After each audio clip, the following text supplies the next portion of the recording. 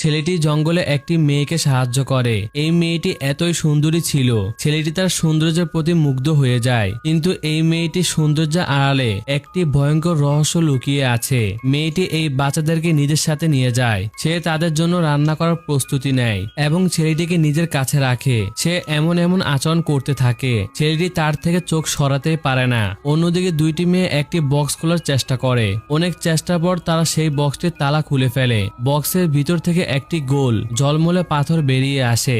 একটি মেয়ে সেই পাথরের ভিতরে উকি দেয়। তখন সে দেখতে পায় এই জায়গাটি কালো জাদুতে ভরা। এবার তারা দুইজন মিলে পরিকল্পনা করে তাদের বন্ধুকে সেই মেয়ে জাল থেকে কিভাবে বাঁচাবে। পাথরটির ভিতরে মেয়েটি দেখে সেই মেয়ের গলায় একটি ঝলমলে হার আছে এবং সেটাই তার শক্তির রহস্য।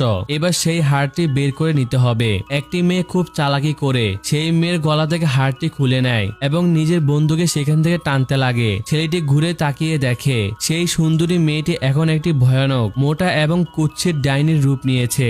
ডাইনি তাদের সবাইকে ধরার জন্য এগিয়ে আসে, কিন্তু তখন পিছন থেকে একটি মেয়ে তার মাথায় লাঠি দিয়ে আঘাত করে। তখন ওই বাচ্চারা সেই ডাইনির কাছে জানতে চায় এই জাদুকরী ভয়ঙ্কর দুনিয়া থেকে বাইরে বেরোনোর রাস্তা কি। আপনাদের কি মনে হয়, তারা কি এই জাদুকরী জায়গা থেকে বের হতে পারবে?